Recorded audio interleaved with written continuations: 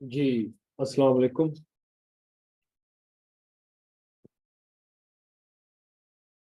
आज हम जो टॉपिक डिस्कस करेंगे वो टॉपिक जो है बड़ा इम्पोर्टेंट है। That is the history of यूरोपीय यूनियन। ये जो आप मैप देख रहे हैं, ये बेसिकली करंट जो एक्सपेंशन हमें नजर आती है यूरोपीय यूनियन की, उसका ये मैप है।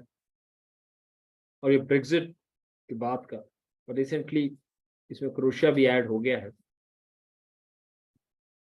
एमसीक्यूज भी आया हुआ था वैसे पीएमएस में।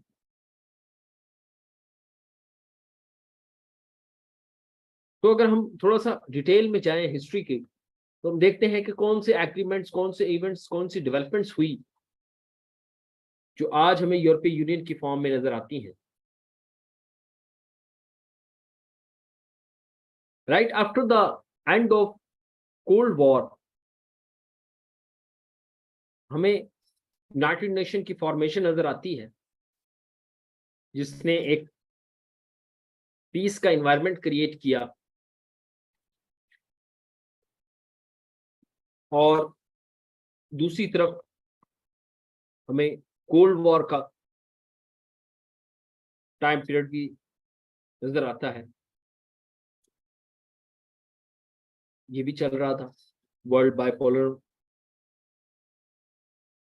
ग्लोबल पॉलिटिक्स में कन्वर्टेड थी, जिसमें सोवियत यूनियन, कम्युनिस्ट आइडियोलॉजी और कैपिटलिस्ट आइडियोलॉजी अमेरिका लीड कर रहा था। इसके बियॉन्ड यूरोपियन पॉलिटिक्स, क्योंकि ज़ाहिर है हमने यूरोपियन हिस्ट्री पढ़ रहे हैं, तो यूरोपियन पॉलिटिक्स में क्या हो रहा था उस दौरान other than cold war politics, तो वो थी डिफरेंट इंटीग्रेटिंग, खास तौर पर पर्टिकुलरली इकोनॉमिक इंटीग्रेशन के प्लान्स हमें देखने को मिले। और उसकी रीजन ये थी कि two bloody wars, world war one and world war two, ने यूरोपीय यूनियन को टोटली वहां पर को ब्रेक कर दिया। डिवोस्टेशन वहां पर हमें नजर आती है। तो फाइनली जो बिजनेस कम्युनिटी थी वहां पर, खास तौर पर जर्मनी और फ्रांस के अंदर, उन्होंने सोचा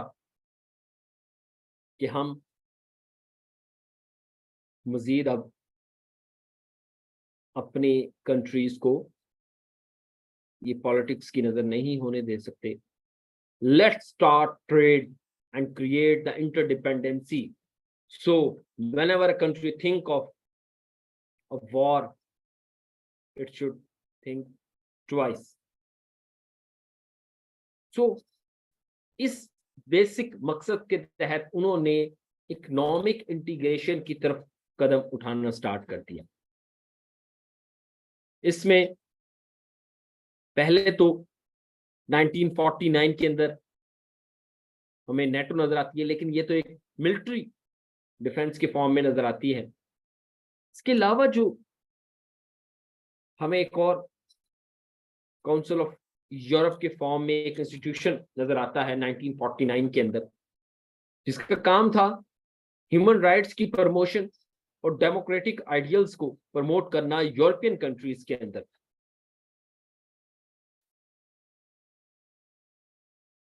लेकिन इसने अभी इकोनॉमिक इंटीग्रेशन की बात नहीं की। इसके बाद जब 1950 के अंदर सिचुएमन प्लान आता है, जिसके अकॉर्डिंग जर्मनी और फ्रांस की कोल एंड स्टील की इंटीग्रेशन की बात की गई, कोल एंड स्टील की इंडस्ट्रीज की इंटीग्रेशन की बात की गई। दैट वाज, जिसको हम वो कहते हैं कि launching pad for the economic and political integration of the European countries, जो आज हम देखते हैं। उसके बाद under the treaty of Paris 1951, European coal and steel community बनाई गई, ECSC। ये बेसिकली सिचुएशन प्लान के अकॉर्डिंग ही थी। इसमें यूरोपियन इकोनॉमिक कम्युनिटी भी आ गई। इसके अलावा यूरोपियन एटॉमिक एनर्जी कम्युनिटी भी ऐड कर दी गई।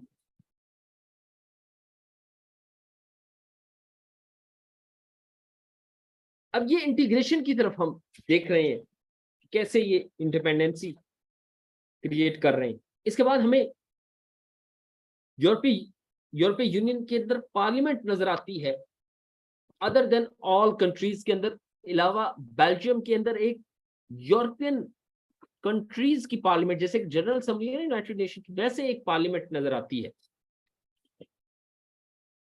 यूरोपियन पार्लियामेंट 1958 में। यानी आप शुरू के पीरियड में देखें, राइट आफ्टर द 1945 और 60s तक, तो parliament integration of steel and coal industries Germany और फ्रांस की, ये हमें नजर आती है, ट्रीटी ऑफ पेरिस। और 60s के अंदर अगर हम देखें, 1960s से लेकर 1970 तक, तो यहां पर हमें मजीद इंटीग्रेशन नजर आती है, लेकिन एक एक्सेप्शन के साथ। इंटीग्रेशन किस तरह? इसी दौरान यूरोपीय फ्री ट्रेड एसोसिएशन होती है 1960 में। इसी दौरान ट्रीटीज विद कॉलोनीज होती है, टू मेक श्योर के कॉलोनीज को खत्म, इंपीरियलिज्म को खत्म कर दिया जाए और सोलली फोकस किया जाए अपने अपने कंट्रीज पर। इसी दौरान एग्रीकल्चर पॉलिसी आती है यूरोपीय यूनियन की। इसी दौरान कस्टम यूनियन बनती है 1968 के अंदर। एक फिर मर्जर ट्रीटी भी साइन होती है 65 के अंदर, जिसके अकॉर्डिंग ये तमाम स्टील कम्युनिटी वाली भी, एटॉमिक एनर्जी वाली भी, इकोनॉमिक, यूरोपियन इकोनॉमिक कमेटी, ये तमाम, और पार्लियामेंट ये भी, और काउंसिल ऑफ यूरोप, ये सारी कम्युनिटीज और इंस्टीट्यूशंस को इकट्ठा कर दिया जाता है। ये बहुत इंपॉर्टेंट है 1965 की ट्रीटी, मर्जर ट्रीटी इसको कहते हैं। इसमें सारे European economic community, atomic energy, European coal and steel community, इनको कन्वर्ट कर दिया जाता है एक कमीशंस और काउंसिल्स में, और कस्टम यूनियन। ये 60s के पीरियड में हमें नजर आती है।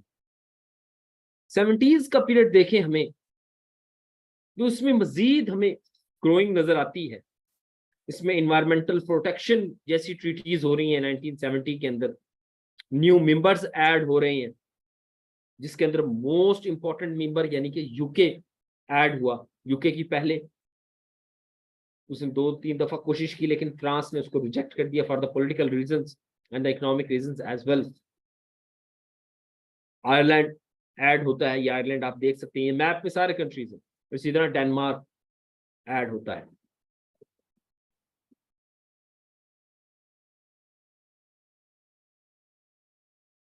इसी दौरान 70s के दौरान हमें स्पेन, पोर्चुगल के अंदर,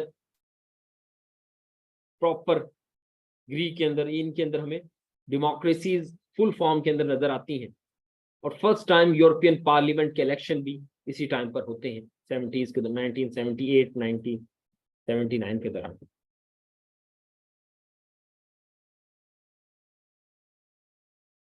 एटीज के अंदर अगर हम जाएं, तो हमें स्पेन, पोर्चुगल और ग्रीक ने फॉर्मली ज्वाइन कर लिया है इस कम्युनिटी को, और फिर आहिस्ता आहिस्ता ये सिंगल मार्केट की तरफ मूव कर रहे हैं। ये जो यूरो करेंसी है और इकोनॉमिक सिंगल मार्केट जो है, ट्रेड बैरियर्स खत्म कर दिए गए हैं, इस तरफ मूवमेंट हमें 80s में नजर आती है। एरास्मस प्रोग्राम वगैरह, और फिर जब बर्लिन वॉर जो है वो टूट जाती है फाइनली, तो फिर ये मजीद इंटीग्रेट हो जाते हैं ये सारे कंट्रीज। और 1990s के अंदर तो फिर जब यूगोस्लाविया की ब्रेकअप होता है, जो अभी मैंने बाल्कन क्राइसिस पढ़ाया, इस पीरियड के अलावा हमें बहुत ज्यादा इंटीग्रेशन नजर आती है। उसकी वजह क्या थी? उसकी वजह ये थी कि बहुत सारे कंट्रीज जो अंडर द सोवियत थे वो आजाद हो जाते हैं। ये सारे ईस्टर्न, एस्टोनिया, लिटाविया, लुथानिया, पोलैंड, चेको, हंगरी, रोमानिया, बल्गेरिया, ये सारे countries, Yugoslavia, half of the Germany, ये सारे कंट्रीज जो है हमें ज्वाइनिंग एकदम से मास लेवल पर ज्वाइनिंग होती है। maastricht ट्रीटी 1992 के अकॉर्डिंग यूरोपीय यूनियन बनती है। 1993 के अंदर सिंगल मार्केट का कॉन्सेप्ट आ जाता है। फ्री ट्रेवल्स 1995 के अंदर, इसी तरह 1994 के अंदर यूरोपियन इकोनॉमिक एरिया डिक्लेयर कर दिया जाता है इस सारे कंट्रीज के। No barriers, finally under the treaty of Amsterdam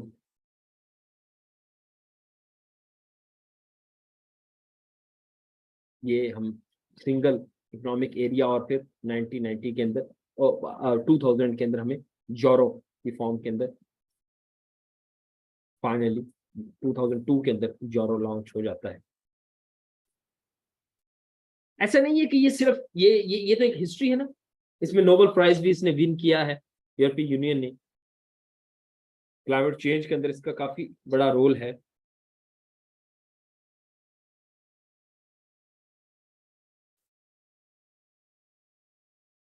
और सिर्फ ये नहीं है कि ये सिर्फ अपना देख रहे हैं और अपनी इकोनॉमिक, बल्कि आप जानते हैं कि जो डेवलपिंग कंट्रीज है उनके लिए भी इन्होंने काफी जो है ना पैकेजेस दिए हैं। लाइक जैसे कि पाकिस्तान एक बेनिफिशियरी है बहुत बड़े पैकेज का, GSP plus status.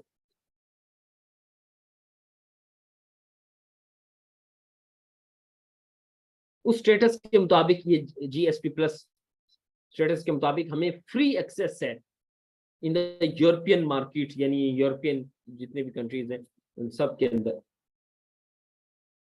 with zero to with minimum to zero taxes on our export। हमने खैर बहुत ज्यादा गेन नहीं किया, लेकिन काफी हमने उससे अपनी एक्सपोर्ट इंक्रीज की है। So this is how the history of European union. इसके बाद हम इसके स्ट्रक्चर को देखेंगे, इसके पार्लियामेंट को, उसके अंदर किस तरह ये सिस्टम चलता है। आज के लिए इतना ही। Thank you so much.